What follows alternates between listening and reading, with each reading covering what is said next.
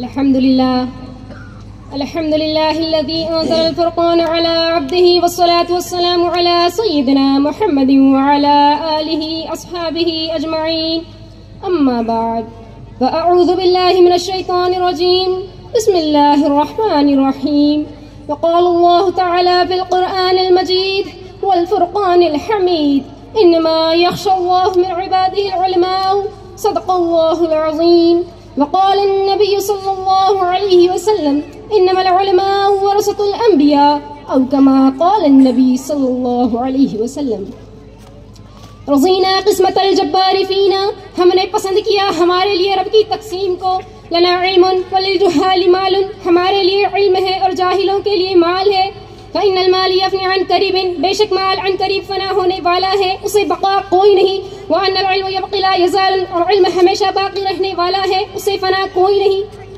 معزز بہنوں دینی ماں دور دراز سے تشریف لانے والے مہمان عظام قابل احترام معلمات مدرسہ فلاح البنات کی مہکتی چہکتی بلبلوں السلام علیکم ورحمۃ اللہ وبرکاتہ۔ تو آج اس پرمسرت موقع پر میں رب کائنات کا بے انتہا شکر ادا کرتی ہوں کہ اس نے مجھے آپ کے سامنے لب کشائی کی سعادت نصیب فرمائی۔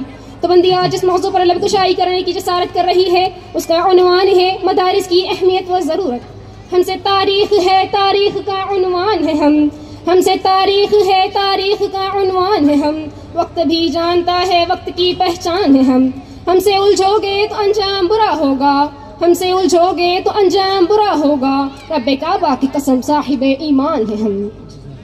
مدارس اسلامیہ کی تاریخ صفحہ نبوی سے وابستہ ہے اس زمانے سے لے کر آج تک، بلکہ میں اس سے بھی آگے بڑھ کر کہہ دوں کہ قیامت تک، ہاں قیامت تک قائم ہونے والے تمام مدارس اسلامیہ اسی سلسلۃ الزہد کی اہم کڑی ہے تو غلط نہ ہوگا، بلکہ حقیقت تو یہ ہے کہ مدارس اسلامیہ اسلام کے وہ قلعے ہیں جہاں سے اسلام کی آبیاری کی جاتی ہے، یہی وہ مدارس اسلامیہ ہے جہاں چمن اسلام کی سچائی کا کام ہوتا ہے، یہ ایسی دانشگاہ ہے جہاں علم و عمل کے پیکر تیار ہوتے ہیں۔ وقال شاعر یہ جھونپڑے نہیں ایوان ہے صداقت کے، یہ جھونپڑے نہیں ایوان ہے صداقت کے، جہاں سے قیصر و کسریٰ ہلائے جاتے ہیں۔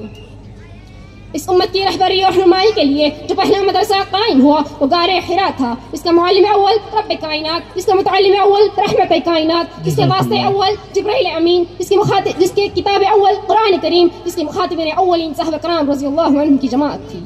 لوگوں کا عام خیال یہ ہے کہ مدرسہ محض مخصوص چار دیواری کا نام ہے، مدرسہ بلند عمارت کا نام ہے، اس لیے وہ سمجھ بیٹھے ہیں کہ مدرسے کی اس بلند عمارت کو گرا دیا جائے تو مدرسہ ختم ہو جائے گا، لیکن میں اس خیال کی پرزور تردید کرتی ہوں کہ مدرسہ مزین کمروں کا نام نہیں ہے، مدرسہ محض بلند عمارت کا نام نہیں ہے۔ اگر ایسا ہوتا تو سادے سے چبوترے کو مدرسہ نہیں کہہ سکتے جہاں سے بیٹھ کر تعلیم حاصل کرنے والوں کو اصحاب صفا کے نام سے یاد کیا جاتا ہے۔ اگر ایسا ہوتا تو ہم دیوبند میں اس درخت کے سائے کو مدرسہ نہیں کہہ سکتے جہاں محمود نامی استاد نے محمود نامی شاگرد کو تعلیم دے کر ہزاروں مدرسوں کی بنیاد رکھی تھی۔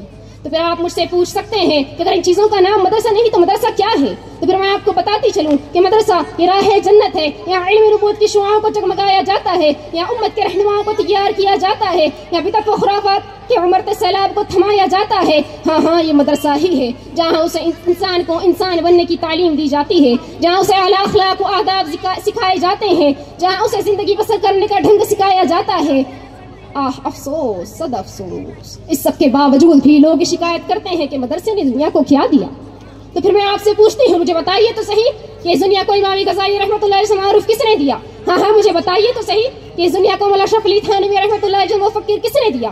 ہاں مجھے بتائیے تو صحیح کہ اس دنیا کو انور شاہ کشمیری رحمۃ اللہ علیہ محدث کس نے دیا؟ اگر آج یہ مدارس باقی ہیں تو مسلمانوں میں امتیاز و تشخص باقی ہے، اگر آج یہ مدارس زندہ ہے تو اسلام کا چراغ روشن ہے، اگر آج یہ مدارس محفوظ ہے تو ہماری عزت و آبرو محفوظ ہے۔ اتنا ہی نہیں بلکہ مدارس کے وجود سے لال قلعے کی فصیل قائم ہے، مدارس کے قیام سے قطب مینار کی رفعت متعلق ہے، مدارس کے وجود سے چاند مہر اور اس کی چاندنی وابستہ ہے، بلکہ انہی کے دم سے ہندوستان آباد ہے، انہی کے دم سے ہندوستان آباد ہے۔ مدارس کے ہی دم سے ہے یہاں کی آبرو باقی، مدارس کے ہی دم سے ہے یہاں کی آبرو باقی، انہی کی فیض سے ہے ملک میں سرسبز شادابی۔ اب آئیے ذرا دور حاضر میں ان دینی مدارس مکاتب کے کردار کا جائزہ لیتے ہیں تو فوراً ذہن کی گلیوں میں سوال گردش کرنے لگتا ہے کہ ہمارے معاشرے میں دینی مدارس مکاتب کا کردار کیا ہے؟ تو پھر آئیے میں آپ کو بتاتی چلوں کہ ہمارے معاشرے میں ان دینی مدارس مکاتب کے ذریعے نہ کہ صرف اسلامی معاشرت، اسلامی اخلاق و فضائل زندہ و تابندہ ہوتے ہیں، بلکہ اسلامی علوم و فنون کی تربیت جیسا مبارک عمل اسلامی کلچر میں جاری رہتا ہے۔ اور سنیے گا یہ بات روز روشن کی طرف واضح ہے کہ اگر آج دینی مدارس نہ ہوتے سبھی حضرات اگر آج دینی مدارس نہ ہوتے نظر ڈالیں جس کا انتظار تو آپ تھا. کے نکاح پڑھانے والا کوئی نہ ہوتا. توجہ فرمائیے, ہاں توجہ فرمائیے. اگر آج دینی مدارس نہ ہوتے تو آپ کے جنازے پڑھانے والا کوئی نہ ہوتا. توجہ فرمائیے. اگر آج دینی مدارس نہ ہوتے تو حقوق والدین کو بتانے والا کوئی نہ ہوتا. اگر آج دینی مدارس نہ ہوتے تو حقوق زوجین کو بتانے والا کوئی نہ ہوتا. اگر آج دینی مدارس نہ ہوتے تو رب کی توحید کو بتانے والا کوئی نہ ہوتا. توجہ فرمائیے, ہاں توجہ فرمائیے. اگر آج دینی مدارس نہ ہوتے تو دنیا کے کونے کونے میں رب کا کلمہ جاری نہ ہوتا. اگر آج دینی مدارس نہ ہوتے تو دعوت تبلیغ کی محنت کرنے والا کوئی نہ ہوتا. اگر آج دینی مدارس نہ ہوتے تو ناموس رسالت ناموس صحابہ کے لیے لڑنے والا کوئی نہ ہوتا. توجہ فرمائیے. اگر آج اس دنیا میں اگر آج دنیا کے کونے کونے میں رب کا کلمہ جاری ہے تو دینی مدارس کا کردار ہے. اگر آج دعوت تبلیغ پر کوئی محنت کرنے والا ہے تو دینی مدارس کا کردار ہے. اگر آج کوئی ناموس رسالت ناموس صحابہ کے لیے لڑنے والا ہے تو دینی مدارس کا کردار ہے.